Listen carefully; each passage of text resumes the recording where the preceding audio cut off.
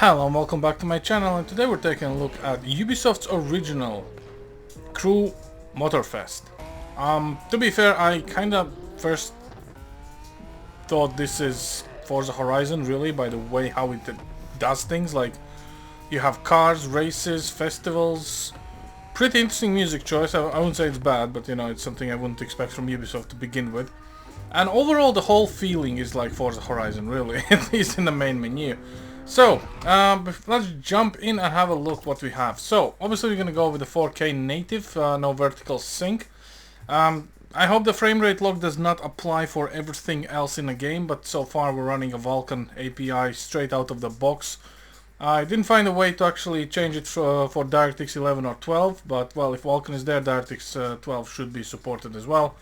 Quality, we're going with all on Ultra actually, so this custom preset is because motion blur should not be cranked up. Honestly, you don't. The whole game looks like a pixel art. Really, you just don't see the world around yourself. Everything else is maxed out, and that's pretty much all there is. Now, this game supposedly does have a benchmark. As you can see, it's not completed yet, so we're gonna go and see what sticks. MS Afterburner upper left, and I think we should be good to go. Oh, I forgot to mention the recommended GPU from Ubisoft's side for this title for full HD 60 frames is 2060 and up. So, let's see how it goes, do the benchmark, and hopefully we're gonna have a good one. No idea about this game, never played it before, but hey, it's time to do it. And looks like the vertical sync is actually kicking in, which is quite annoying to be fair. GPU usage is give or take 75-ish%, little dips here and there. They're really trying to push the limits for the Forza Horizon feel. Forza Horizon? Wow, that was a huge dip there. That was literally a stutter for a whole second or so. We're pulling 8 gigs of video memory and 9.2 on RAM.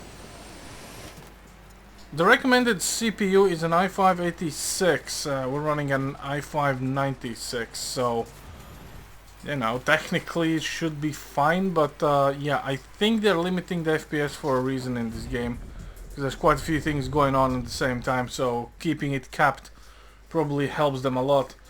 Minimum FPS, they claim we have 59, I do believe you guys noticed we were dipping as low as 40 actually, so not entirely sure. I think these couple dips is literally where we were below even 40 to be fair, because this is a 60 line here. Okay, right, so let's launch the actual game and see how it all actually plays and feels. No idea what the controls are. We're gonna find out as we play. The loading screen is definitely long. The game is recommended to be played on SSD. There's no slow HDD mode as in Cyberpunk or other titles, so you kind of need to just suffer through. So okay, here we are. Let's go for the campaign. Continue, okay.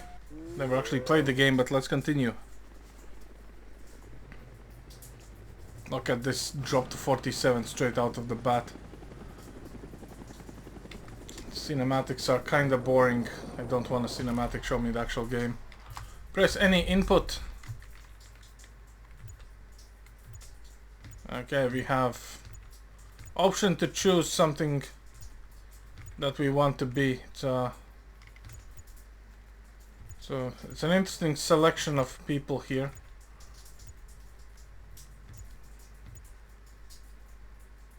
I wouldn't say there's too much of a choice, but okay.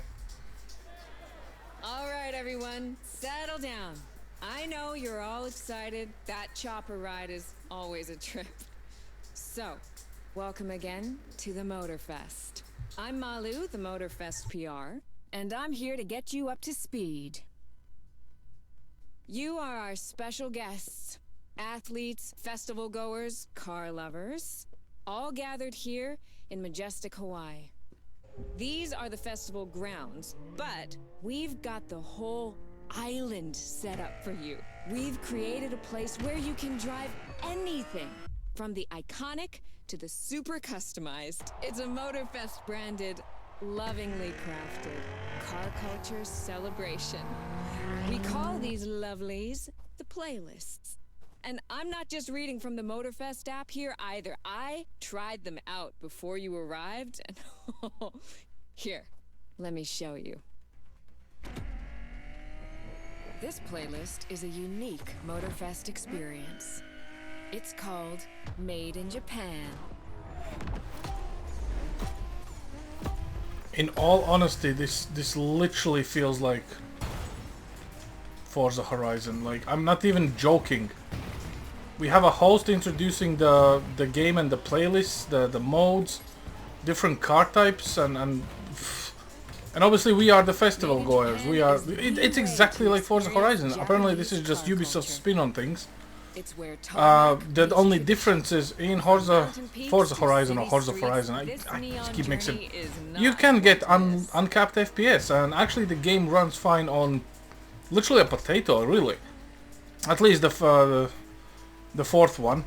The fifth one is a little bit more beefy. It requires a bit more horsepower under the hood, but even though, I mean, for Ubisoft to try such a thing, that's interesting. Also, what have they done with the taillights on this Supra? I mean, this is supposed to give like a mean look, but it looks more like a Corvette, really. Right in the center of all the action. And of course, we have a checkpoint system as well. I do believe so. When the Crew and Crew 2 came out for Ubisoft, I know that people actually enjoyed those games because you could switch vehicles. You could be on a boat, you could be on a car, you can be on a plane, and or was it a motorbike? One of those two. And you know, it kind of did start a new spin for the series. As a playable character, you had access to the whole open world, and it was fine. But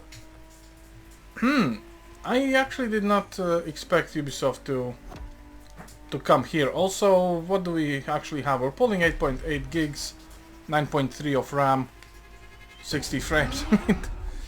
I want to see this game on cap. You know, I want to just see how it looks and what it does. It does look good. Like, but as for a Ubisoft title, I would say this kind of looks. They're trying to get into Need for Speed Unbound or Heat territory here. But the next playlist was Offroading Addict, a chance to race into the wild. You can be a racist in the wild now. That's a new thing for Ubisoft, I guess. Or race in the wild. I couldn't quite hear it because you see I turned all the audio down. We have Nitro Shot as well. Let me just committed a vehicular homicide here, so that's good. Your own path to explore the open expanse. The island becomes your playground. Total freedom becomes your creed. Total freedom, please. Can we change the camera? Probably with some weird setting which I haven't found yet. It's not the F, it's not the C. Oh, it's the V. Hello. Checkpoint missed. Are we really doing the missing checkpoint stuff here?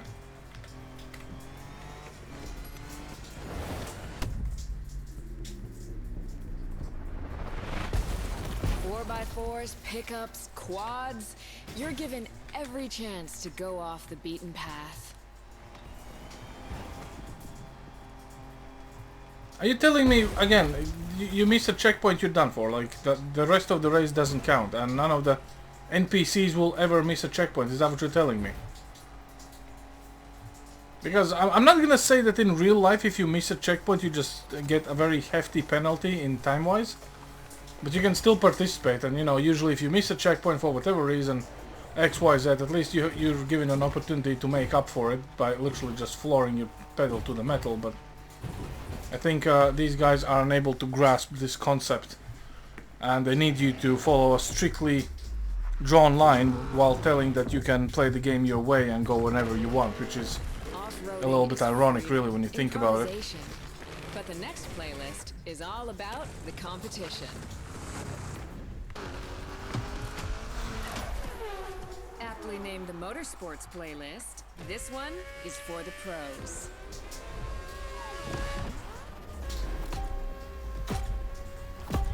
Of course, that wouldn't be a racing game if there wasn't a Formula 1 car somewhere.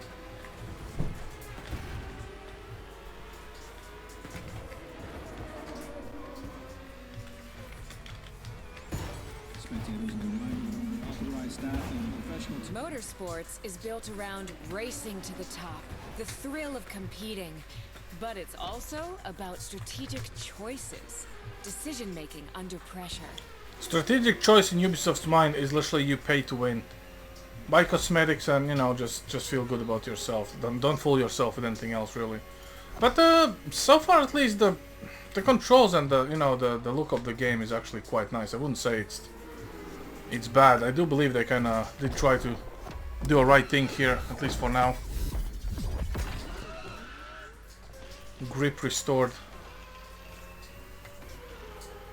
There is no better feeling than triumphing with your team in what some consider the apex of motorsports.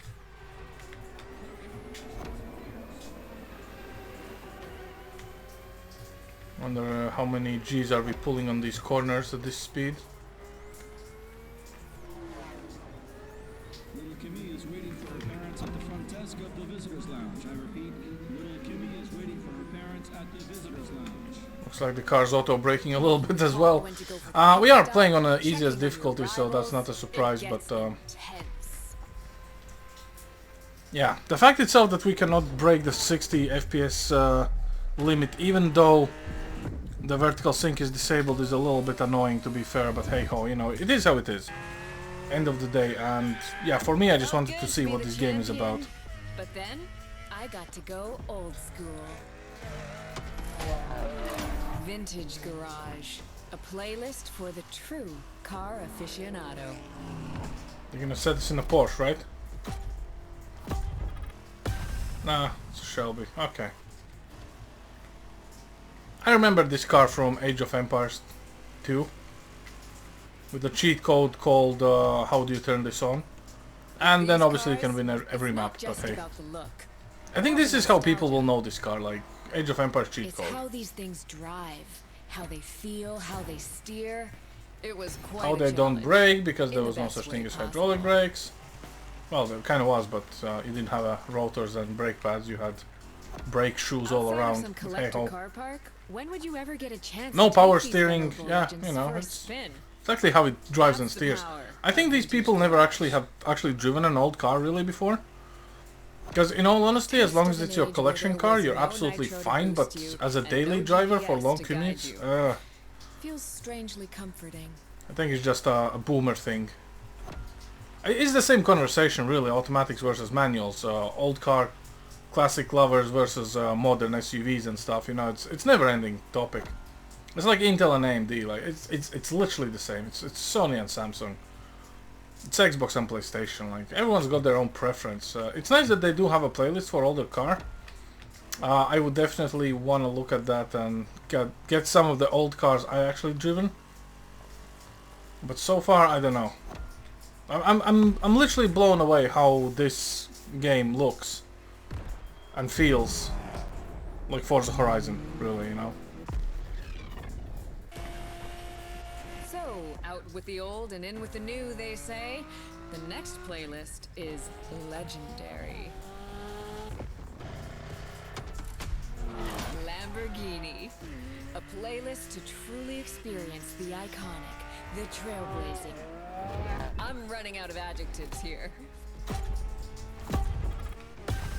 Is it supposed to be a Huracan?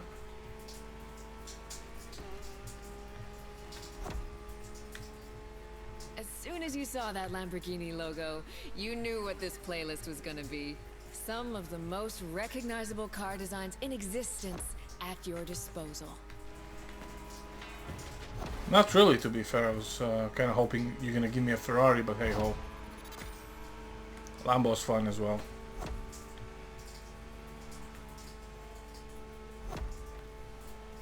I don't know, I think, you know, Ubisoft might be on the right track here.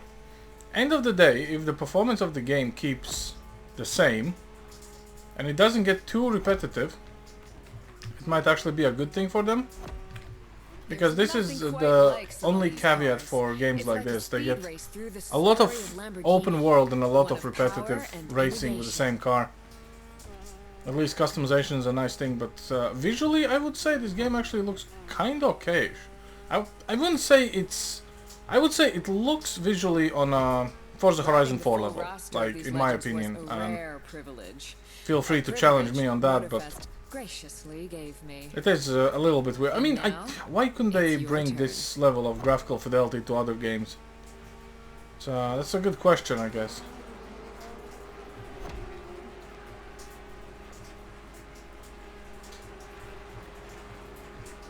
And there are some little tiny dips of FPS here and there.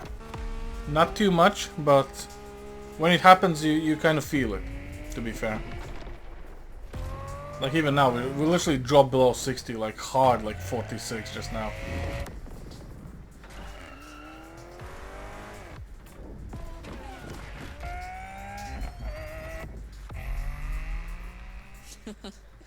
Like what you saw? Well, those were just the tip of the iceberg. But we've got to go step by step. Follow me. Look around you. This is what it's all about. Cars, bikes, rides, and good vibes. You'll get to explore the festival soon enough. And let's not forget, we're in Hawaii. And there's no better place to express yourself. Show off your flair. Customize your ride. It's a car culture buffet. Keep up. We're going to go meet the star of the show. Your car, of course. Come on. It's time for you to pick your ride. It's time to pick my ride. Can I get a bus ticket out of here? That'd be great. Once you pick your car, I'll hand you over to Kara, your personal AI assistant. Okay, so what do we have? When in doubt, you can always rely on her to guide you. BMW, okay. Honda. Of course. I mean, obviously we're going with a BMW. What do you expect? I want to feel how it is to break down in the middle of the race, or even before you start the race with the check engine light and everything falling apart. All engines go.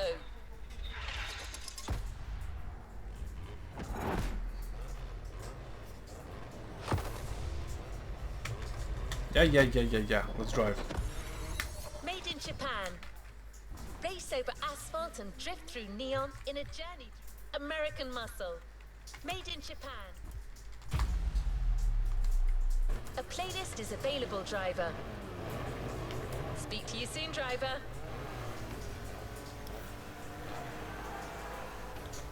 Yeah, you need to wiggle the steering wheel for a car to go straight. That is quite accurate for BMW, to be fair.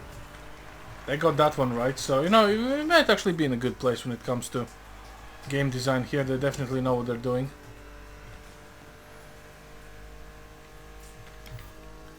This brings hope.